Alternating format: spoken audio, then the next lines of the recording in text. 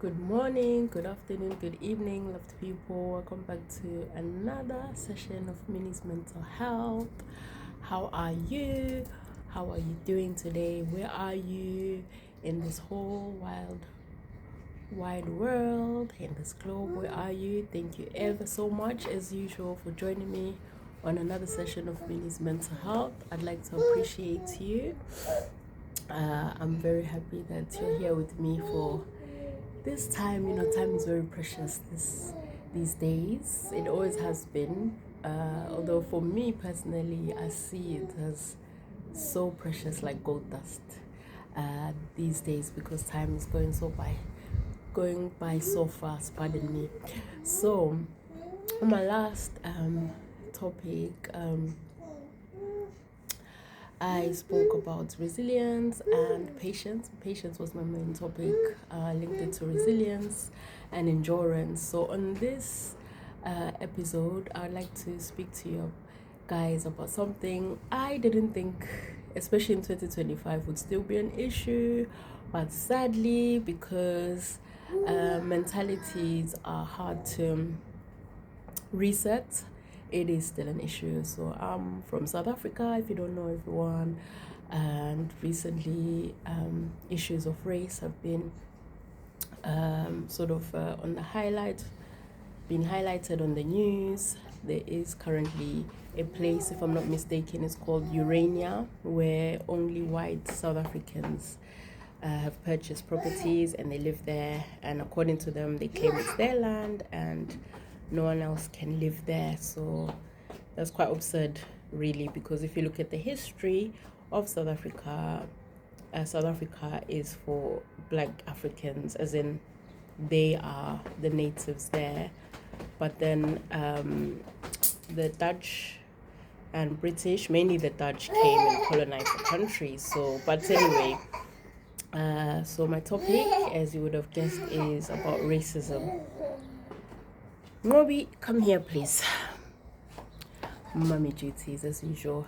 So why does racism exist? We all know that, like everything else, it all begins at home. Like charity, as they say, charity begins at home. Racism begins at home. Any attitude really begins at home.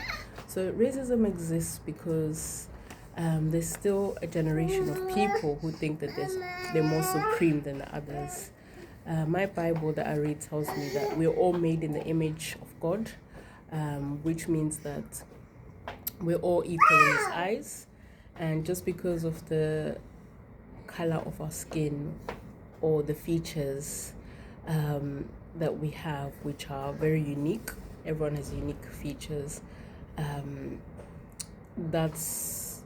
It is quite ludicrous, really, to think that even the concept of racism, if we really take a look at it and analyze it, it does not make sense at all. It's not logical, it's not intellectual, it's not practical, it's not anything really. It's just nonsensical,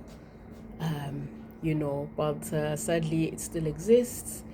And so I would urge parents, caregivers, myself included, of course, I'm a parent and a caregiver all at the same time.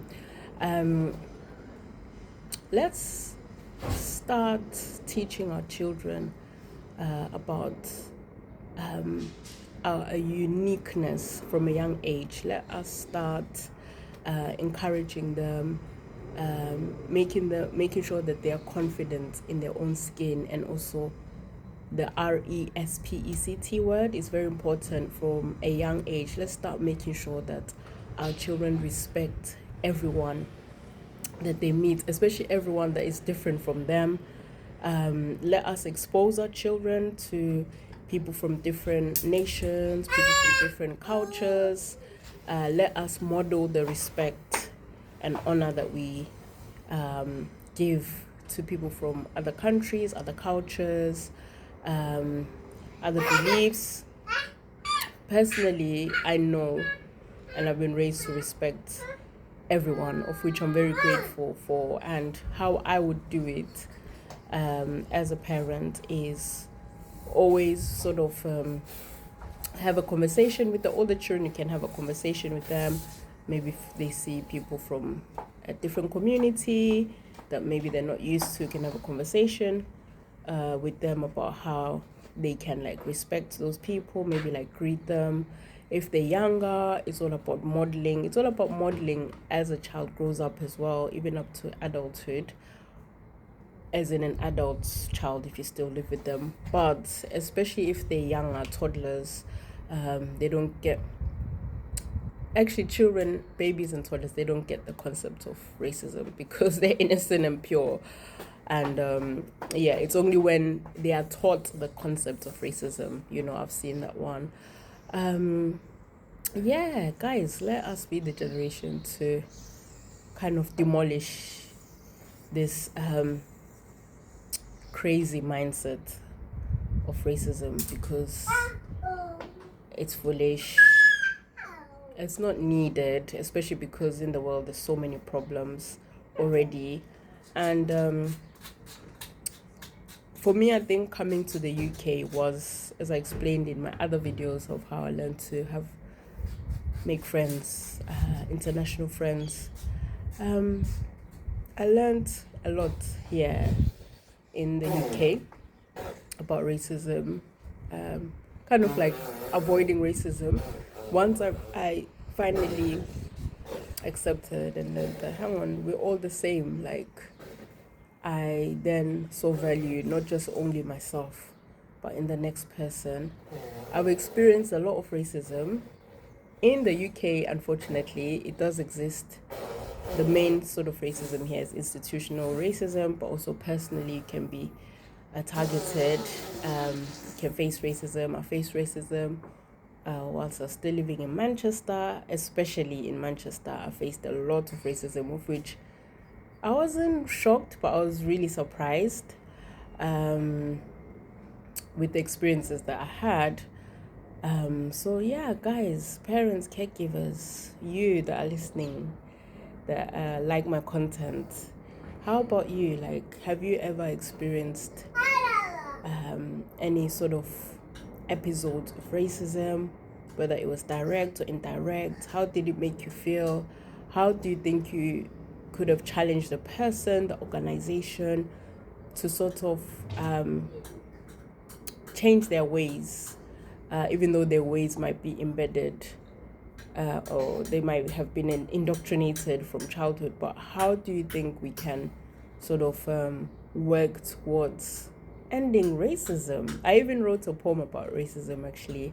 I'll link my poem in the description if you'd like to get it. I wrote it many years ago because of the experiences that I had whilst I was still in university in Manchester.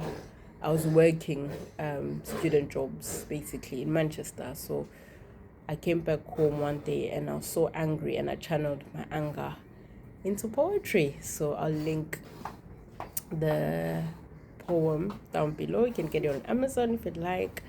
Yeah, and in the UK, for example, statistics show that the large majority of people are so mixed that in the next probably decade or so, like, nearly everyone will be mixed. There's a lot of mixed race people in the UK. There is a lot. Like, it's not new. It's not like in America where there's still sort of there's still novelty about it. Here in the UK, it's been happening for centuries, So I'm very grateful for that, and I'm grateful to see the sort of integration of people who are mixed race. And I like to ask them, like, their experiences.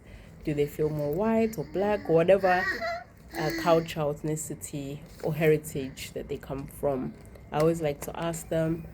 I've got family as well that is mixed. I've got my nieces that are mixed race, South African and Scottish.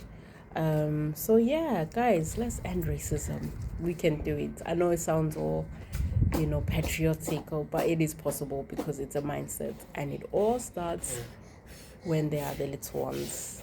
So let's tackle it from there. Pardon me. Let's tackle it from there, so that it does not become like a monster when they're older, you know. Anyway, thank you so much for your time, and God bless you, and see you in my next video. Bye.